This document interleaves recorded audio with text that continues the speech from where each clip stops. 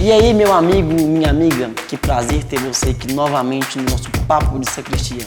Meu nome é Marcos e eu estou aqui novamente com meus amigos Davi, Bruno e Padre Samuel.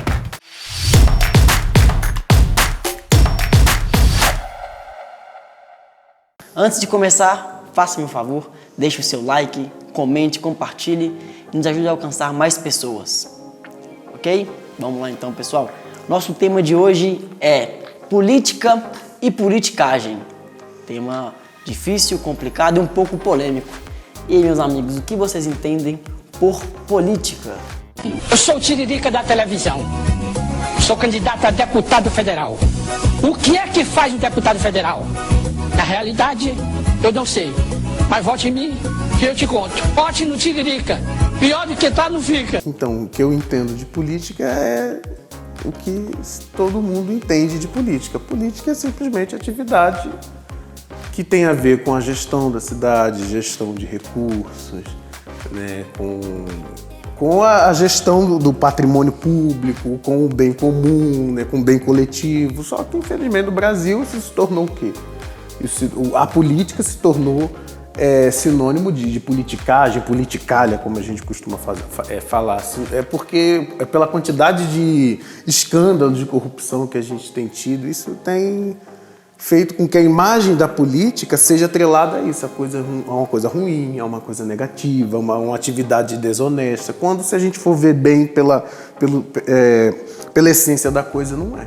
Quando você fala isso, Davi, me vem à cabeça o que Aristóteles pensa com a política. E a política surge nesse contexto da Grécia. Você falou cidade, Grécia, polis. Então, quer dizer, é tudo aquilo que diz respeito à convivência humana.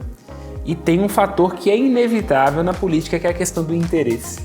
Nós fazemos política em nome de interesses que nos conduzem a levar ou não vantagens. Hobbes define classicamente a política assim. Então, é um fator inevitável, interesse. No meu ver, desculpa, eu sei que agora é a sua vez, mas só para concluir a minha ideia, no meu ver, sim, é um jogo de interesse, mas deveria ser um jogo de interesse do bem, um jogo do interesse coletivo. Mas, infelizmente, não é um jogo de interesse coletivo, é um jogo de interesses particulares. Peço meu voto. 44-333. Agora chegou a nossa vez. Não sou de fazer, sou de falar.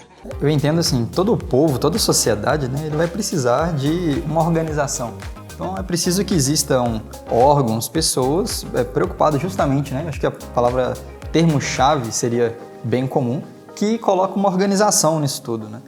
Não dá para um povo viver, uma cidade viver, cada casa da sua própria maneira, com o seu jeito livre de agir e de conviver em sociedade. É preciso que exista um órgão que estabeleça algumas coisas, até para que possa promover economia, possa promover saúde, promover segurança. Eu acho que a questão que é complicada com relação à política é que a gente colocou uma série de palavras aqui que elas são em si desafiantes.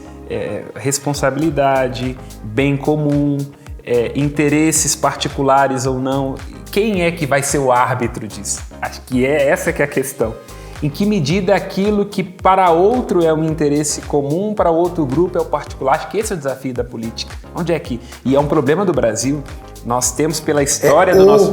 problema do Brasil. O problema, quer dizer, a gente mistura, por exemplo, o público com o privado. Em que medida eu fazer parte desta casta ou deste grupo me dá direito de usufruto sobre o Estado? Seja porque eu sou um juiz, seja porque eu sou um padre, seja porque eu sou um político. A gente confunde isso no Brasil. E acho que é aí que a coisa fica problemática. E no Brasil a gente ainda tem aquela política muito oligárquica, né? Aquela política de grupos comandando, como a gente estava falando, mas daquele grupo que comanda, aquele grupo que quer colocar os seus interesses, os interesses particulares daquele grupo, acima dos interesses da nação, acima dos interesses da coletividade, e colocam aquele interesse como se aquele interesse particular fosse realmente a necessidade de toda uma população. Eu quero voto, eu quero voto, eu quero voto, voto em mim, voto em mim, voto em mim, voto em mim, eu quero voto, eu quero voto, eu quero voto, voto em mim, voto em mim, voto, eu quero voto, voto em mim, voto em mim, voto. A gente meio que ainda vive naquela política do café com leite, né? De uma hora vai políticos de Minas Gerais, outros de São Paulo. Mas que é natural, porque o que acontece? Você ter o recurso significa necessariamente visibilidade. Então, a tendência da reeleição para quem já é conhecido, ou que aquela pessoa naquela cidade que tenha mais posses, ela consiga se destacar politicamente. Então, essas são as tendências que estão ligadas aos interesses, à visibilidade. É natural que isso aconteça. Quer dizer, se a gente for trabalhar bem o ideal aqui, né? Se a gente for trabalhar o ideal é que a gente não se envolva na política. nem se envolvesse, né? Mas assim, o ideal é até a gente se envolver, mas assim, só que o problema da gente se envolver com a política do Brasil é justamente a política do Brasil. A política do Brasil é muito questão, como a gente está falando, é questão de interesses, né? Eu tenho um interesse, eu me cerco daqueles outros vermes que tem... Vermes não, perdão, dos outros políticos que têm o mesmo... Desculpa da palavra. Políticos estão vendo isso, nada pessoal. Não, tudo pessoal, mas assim, desculpa da palavra verme, né? Mas vamos passar isso, deixar isso um pouco mais barato. Desculpa os vermes. Mais ou menos. Eles se cercam ali entre eles, fazem aquela oligarquia, aquele pacto, para que o interesse deles seja o interesse da nação, quando não necessariamente não é, como a gente estava falando mais cedo, de bancadas. Qual a necessidade da nossa política termos bancadas? E uma bancada que seja mais poderosa que a outra, num país que temos católicos, evangélicos, umbandistas, candomblecistas, budistas, enfim. Não tem bancada de todas as religiões, tem a bancada de uma religião mandando sobre as demais. E aí você chegou num ponto interessante também, que na Constituição brasileira fala que o Estado é laico, porém sob a proteção de Deus. Assim, só que o problema é qual Deus? Eu acho que a questão se impõe, quer dizer, é preciso diferenciar duas coisas, igual quando você coloca o que significa ser um Estado laico e um Estado averso à religião. Porque é inevitável que a religião, como um fenômeno de cultura, ela tenha influência sobre a política. Então, o país, Brasil, tem uma matriz cristã, sobretudo cristã católica, e isso inevitavelmente irá influenciar a perspectiva das pessoas. Está nas nossas expressões, nossa maneira de se comportar, está no nosso calendário, Páscoa, Carnaval, Natal, Corpus Christi. Agora a questão é como nós fazemos dessa inspiração inicial da nação, que é inevitável, um ponto de encontro. Acho que é aí que é a questão. Então, eu acho que quando você fala de bancada, Davi, é preciso dividir. Quer dizer, inevitavelmente, já que o nosso sistema pede partido, ele inevitavelmente vai ter bancadas. A questão é em que medida essas bancadas se abrem para ver o todo.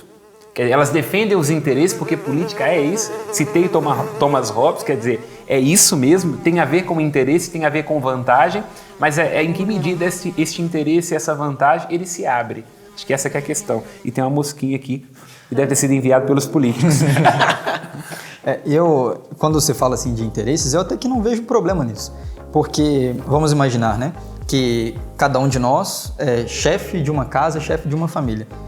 Por mais que nós não sejamos egoístas e queremos o bem dos nossos filhos, cada um de nós, pela nossa forma de ver o mundo, vai educar essa casa de forma diferente, com base naquilo que a gente acredita que é mais importante, aquilo que a gente quer valorizar, aquilo a forma que a gente quer reger de fato a nossa casa. E aí, eu entendo que quando você chega a olhar isso a um nível país, os interesses vão entrar em conflito, por mais que a gente possa considerar que todos ajam para o bem da nação. Então, eu vejo essa questão de interesses como algo bom. Até porque eu posso ver que isso aqui é bom para a nação, isso aqui é bom para o meu povo. Prometo defender e cumprir as contribuições e as leis da República e do Estado, bem como desempenhar leal e tá bom. Isso não interessa. O que interessa é que eu estou aqui hoje. Sim. Aí que eu acho que entra a questão da ética, quer dizer, qual que é o exercício da ética? A coerção e o consenso. Essas são as duas grandes balizas. O problema é que na política do Brasil a ética passou lá na linha do Equador. Sim, mas porque é uma característica não raro da nossa cultura. Olha o jeitinho brasileiro, eu sou amigo de não sei o que, furo a fila para não sei o que, consigo esse ingresso debaixo do pano. Então, quer dizer, eu acho que a política é um sintoma de algo que tem a ver com a característica da nossa cultura. Mas eu dizia a coerção e o consenso, quer dizer, eu pego o meu interesse... É porque os nossos políticos são brasileiros, né? Sim. Então, né, nós somos frutos de um... de um contexto, exatamente. Né? Aí quando eu digo do consenso, quer dizer, eu vou pegar o meu interesse particular, a minha perspectiva da minha casa, da minha família, os meus valores, e eu tenho que fazer isso se tornar um consenso. Quer dizer, em que medida, por exemplo, uma perspectiva de fé cristã pode ajudar no discernimento de uma lei, assim como um bandista, ou espírita, ou protestante, por aí vai. E a outra coisa que é fundamental também, que é a coerção. Quer dizer, aquela que foge desse limite estabelecido do bom senso, ele tem que ter uma punição à altura. Acho que essas duas coisas são balizas interessantes. Que não são aplicadas aqui, né? De fato. Mas aí também, qual que é o papel do cristão, então, na política? Porque a gente tem aquele velho ditado popular que fala que política, religião, futebol, a gente não se discute. Então, já que nós somos cristãos, qual que é o papel do cristão na política? Como ele deve agir? Qual o posicionamento a tomar? O que vocês acham disso? Acho que de provocação, em primeiro lugar. Eu sempre penso assim, não é papel da igreja apoiar este ou aquele político, mas é papel dela provocar. Quer dizer, à luz daquilo em que ela crê, inspirar-se para provocar. Olha, essa sensibilidade, este valor, isso aqui diz respeito a nós enquanto seres humanos. Acho que o papel do cristão é este de provocação. E digamos, na ética da palavra, assim, eu acredito que Jesus Cristo é o cara mais político de todos. É porque, citando Aristóteles mais uma vez, nós somos animais políticos. Não tem como. A discussão tomando... Pena que no Brasil nós temos políticos animais. Né? Que aí entra a questão da politicagem, eu acho. Quer dizer, eu acho que é interessante isso que você coloca. Quer dizer, no Brasil, o interesse que é natural, como o Bruno disse, ele vira do avesso. E aí é isso que é próprio do animal, né? O animal é alguém que é regido pelo instinto de devorar, de consumir. Acho que aí que é o problema, uma excelente colocação. Nós invertemos a ordem, uma espécie de violência do desejo, né? Onde o meu interesse está acima do público, do consenso, da coerção. Foi exatamente isso que eu disse no início, né? É um jogo de interesse e isso é bom. O problema é quando eu pego aquele interesse particular e coloco sobre todos os demais. Né? O meu interesse, o interesse do meu grupo é o que realmente importa. Os outros ficam interesses de segundo, ou então não secundários, terciários e, na verdade, dispensáveis. Aí que eu acho que é interessante o papel da igreja, quando Agostinho fala que a política é uma das mais importantes formas de caridade, acho que é justamente caridade é sair de si. Então, acho que esse é o lugar da fé cristã. Eu tenho a perspectiva, tenho valores, tenho princípios, mas eu tenho que me ligar ao absoluto. Deixar bem claro que a caridade é só pro cristão, tá, gente? Político não tem que fazer caridade, não. Não, mas caridade no sentido de um amor que é generoso, de um amor que sai de si, né?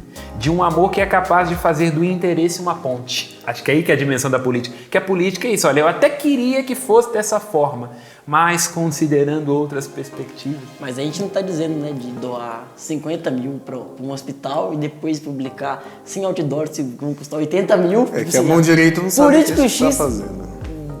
Destinou 50 mil para Santa Casa. Mas que o problema não é publicar. Eu acho que aí também tem uma confusão de termos. Por quê? É natural que um político precise de visibilidade, que uma política tenha que dar a conhecer aquilo que ela fez. A questão é os métodos, a questão é como aquilo foi feito, a questão é o que está por detrás daquilo. É inevitável que alguém que queira se eleger tenha que dar a conhecer. Adivinha quem está falando? Duvido vocês adivinhar. Joel! O Tiririca! A pergunta que a gente tem que se fazer é, foi na forma da lei? Quer dizer, aquela política, aquele político conseguiu aquele hospital dentro daquele que é o regimento do município, do estado ou da federação, ou foi um conchavo? Então é aí que a gente precisa de diferenciar, porque é inevitável que todo político, todo padre goste de um banquinho. Então isso é natural, ninguém vai para uma profissão dessa. É lógico, é natural, como uma aptidão, como um talento pessoal a ser colocado a serviço. Isso é natural. Voltando à pergunta do Marcos, né? Como que o cristão pode se envolver e pode atuar, né, para o bem da política? Eu dividiria isso de duas formas, né? Um deles é procurando conhecer e escolhendo os políticos que ele acredita, que eu vou deixar isso para daqui a pouco. E uma outra forma seria justamente de procurar entender quais são os valores que a igreja prega e procurar vincular isso com aquilo que os políticos estão propondo, né? Então, qual é aquele político que se encaixa naquilo que eu entendo? Claro, assim, com muita cautela também, né? Porque muitos políticos a gente percebe que eles usam, inclusive, a igreja para poder se passar como pessoas da igreja, mas não é o que acontece assim na verdade, prática. eu não conheci nenhum que não tenha usado. Mas Não agora, conheci nenhum que não tenha vocês usado. chegaram num ponto que eu queria chegar também. Já que você me disse o que o cristão deve fazer, o que o cristão não deve fazer na política, então? Confusão, eu acho que nós já sabemos ao longo da história que não dá para misturar religião e política. Não dá certo. São esferas diferentes. E a Igreja no Vaticano II deixa isso muito claro. Existe uma autonomia das realidades temporais. Eu, enquanto indivíduo, eu posso dizer que eu estou mais inclinado a esta linha ou a outra, ou que eu vou votar neste político, naquela política. Agora, eu não posso querer que a igreja faça esse movimento. Aí não está correto. E às vezes eu acho que aí que é o problema das polarizações. Naquele filme da Hebe Camargo, não sei se a citação é dela, mas colocam isso como uma fala dela. Pergunta, a Hebe é de esquerda ou de direita? Não, a Hebe é direta. Acho que esse é o papel da igreja. Quando a gente atingir a meta, nós dobramos a meta. E deveria ser o posicionamento do eleitor. No geral, deveria ser esse. A gente tem que ser direto. Não interessa se o cara... O eleitor pode ser ideológico, porque a ideologia está ligada à sua história, aos seus valores, às suas questões subjetivas. O eleitor pode. O eleitor pode dizer, não, voto nessa candidata, naquele candidato, beleza. Agora, a instituição fazer isso é que é problemático, porque significa dividir. É isso que muita gente... Por que a igreja não se posiciona? Porque ela tem vários filhos e que tem direito de ter perspectivas diferentes. Nós temos que ter tá muito claros, olha, já fazendo uma piada daquilo que aconteceu na cruz. Jesus foi crucificado no meio de 2 ladrões. A corrupção é ambidestra. Tenho 44 anos de vida pública e sem uma condenação penal. Ela é de esquerda e ela é de direita. Usemos isso como analogia. Então, quer dizer, o papel da igreja aqui, nós estamos aqui no centro. No centro, não central. O problema é no centrão. centro, no sentido de direto. Nós sabemos onde é que nós queremos chegar, nossos princípios, nossos valores, com consciência de que estamos cercados de ladrões. E o problema é isso, a gente querer que o país vá para a esquerda, ou vá para a direita, a gente quer que o país vá para frente. A gente pode até esclarecer. E pelo menos eu quero que o país vá para frente. Né? A gente pode até esclarecer isso aqui também, né? Até para quem está em casa, quem está nos assistindo, saber se orientar. Qual que é a diferença entre direita, esquerda e o centrão também? Bom, eu penso assim, a diferença ela é complexa, né? Historicamente tem a ver com aquela questão da Revolução Francesa, né? Por uma questão geográfica, antes de tudo, ali jacobinos de um lado, girondinos do outro, né? E estabeleceu-se esquerda e direita. Mas eu diria assim, em resumo, a esquerda ela tem sempre essa dimensão do progresso, do ponto de vista de que, em que medida nós vamos poder recolher elementos que nos ajudam a avançar, sobretudo considerando a sensibilidade com os mais pobres, com aqueles que seriam desprezados nas suas individualidades. Então ela tende a ser esse empurrão para frente que considera as particularidades. A direita está mais ligada historicamente à ideia de uma conservação. Então quer dizer, você pega aquilo que está estabelecido e luta para que aquilo se conserve. A minha opinião, é preciso das duas coisas. Porque se nós observarmos bem, tudo que a gente hoje chama de direita, um dia já foi esquerda. De alguma forma já foi esquerda. Assim como também, se você fica avançando em determinados aspectos, você se descaracteriza. Então eu acho que é importante nesse momento de polarização, nós percebemos que as duas coisas são importantes. É lógico que aqui eu fiz um resumo muito objetivo, mas que inclusive há contradições entre uma ou outra perspectiva, mas eu acho que a somatória pode ser positiva. Pra gente resta só escolher o lado da bunda que vai levar a injeção.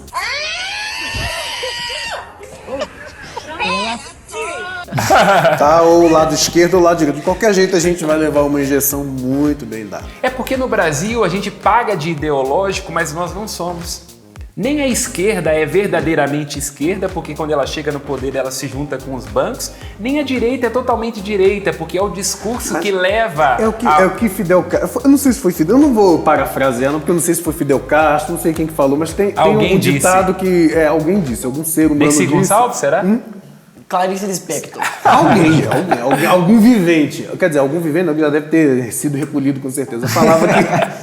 falava que o revolucionário só é revolucionário até a revolução tomar o poder. Que a partir do momento que a revolução toma o poder, ele se torna conservador. Essa é a contradição da esquerda. Entende? Como a lucidez sobre isso ela é importante. A gente perceber que os meandros, eles são muito mais do que polarização, do que briga disso com aquilo, né? Essa lucidez ela é importante. Ter consciência daquilo que eu quero, a minha linha, a minha afinidade, mas percebendo, olha, a contraposição é importante. Olha, acho que uma das coisas mais importantes para o amadurecimento pessoal e para a vida política, a gente tem que ter suspeita de si. Se a gente está muito convencido de que não, é isso mesmo, as nossas certezas nos ensurdecem. Acho que esse é o problema, na maior parte das vezes, da política. Está todo mundo tão convencido que ninguém se escuta. Cá entre nós, a política do Brasil, ultimamente, tem tomado uns rumos, a gente tem discutido cada coisa ultimamente, idiota, desde né? 1922, talvez, né? Quando a Não, família real Ô, chega aqui. de cada coisa idiota, a gente... Não faça pergunta idiota, por favor. Não faça pergunta idiota. A gente tem discutido temas muito bobos, temas assim muito ínfimos, umas coisas do tipo assim, não é ideologia de gênero, eu digo assim, sexualidade. Eu acho que isso não deveria ser um tema assim tão relevante para ter, quer dizer, é um tema importante.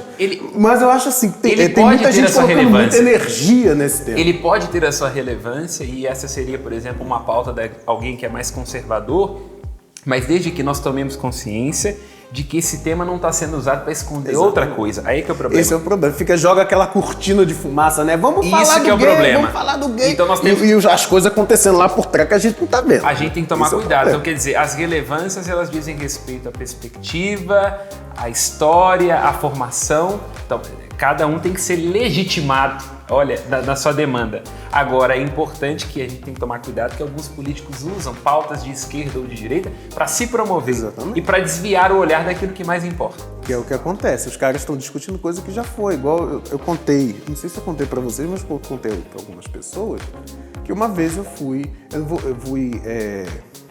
interrogado por um cidadão, né, provavelmente não, pai de aluno.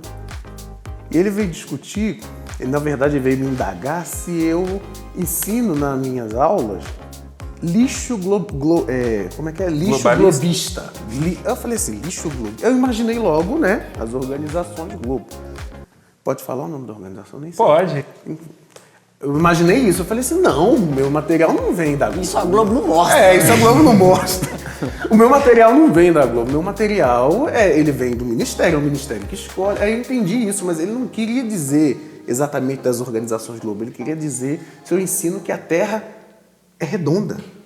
Ótimo. Exato, ele veio discutir isso comigo, ele veio perguntar, mas você ensina essa Terra? Eu falei, mas claro que eu ensino que a Terra é redonda. Você acha que eu Copérnico, Galileu... Eu diria o seguinte... E sabe qual foi o argumento dele?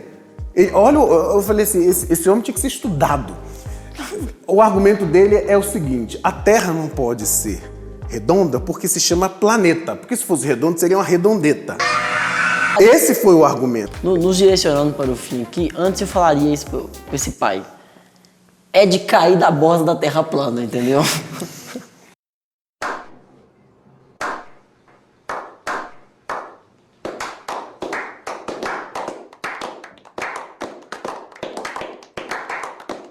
Para finalizar, o que vocês entendem por politicagem, então? Politicagem é o que é feito no Brasil hoje. É o que é feito no Brasil, é a cloroquina, é a terra plana, é a mamadeira de... Ninguém nunca viu, não pode falar desculpa, é mamadeira em formato fálico, é o kit gay, eu trabalho em escola desde 19 anos, nunca vi esse kit gay. Isso é politicagem, na minha opinião. Eu diria que é quando a gente pega esses interesses particulares e não consegue fazer em que medida eles podem ser uma vantagem para o todo. Acho que a politicagem é isso, é quando eu pego alguma particularidade, eu pego algum ponto espinhoso e faço disso um lugar de hipocrisia, um lugar de desencontro, de tirar o foco daquilo que mais importa. Acho que isso é o que de pior a política pode se prestar. Amém. Amém.